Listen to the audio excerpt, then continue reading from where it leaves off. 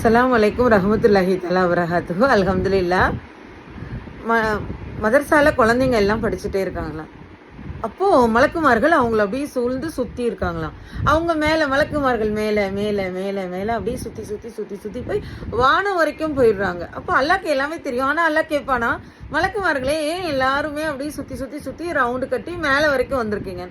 அப்போ மலக்குமார்கள் சொல்றாங்களா, அல்லாஹ் நாங்கள் மதரசாவில் படிக்கிற குழந்தைங்க படிக்கிறாங்கல்ல, அவங்கள பாதுகாப்பாக நாங்கள் சுற்றி சுற்றி சுற்றி சுற்றி மேலே வரைக்கும் வந்திருக்கோம்.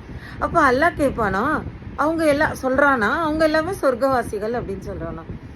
அல்ஹம்துலில்லாஹ், மாஷா அல்லாஹ். அப்போது மலக்குமார்கள் கேட்குறாங்களா, அவங்க மட்டும்தான் சொர்க்கவாசிகளான்? இல்லை, அந்த மதரசாவை கடந்து போகிறாங்க இல்லையா, ரோடு வழியுடைய அந்த மதரசாவை கடந்து போகிற அனைவருமே சொர்க்கவாசிகள் அப்படின்னு தான் சொல்கிறோம். மதரசாவில் போய் நம்ம கல்வி கற்கும் பொழுது நமக்கு சொர்க்கம் கிடைக்கிது. அப்படிங்கும் போது நம்ம எல்லாருமே மதரசாவுக்கு போகலாம். எல்லாம் மதரசாவில் போய் கல்வி கற்கணும் அப்படிங்கிற ஒரு ஆர்வத்தோடு இருக்கணும். எல்லாரும் மதரசாவுக்கு போகணும். நம்ம குழந்தைங்களை மதரசாவுக்கு போகிறதுக்கு ஊக்குவிக்கணும். இல்ம கற்கணும். துனியாக கல்வியும் கற்றுக்கணும், இல்மும் கற்கணும். கண்டிப்பான முறையில் இல்ம கற்கணும். அல்லாஹ்வுடைய கல்வி கற்கும் பொழுது நமக்கு சொர்க்கம் கிடைக்கும். அல்ஹம்துலில்லாஹ்.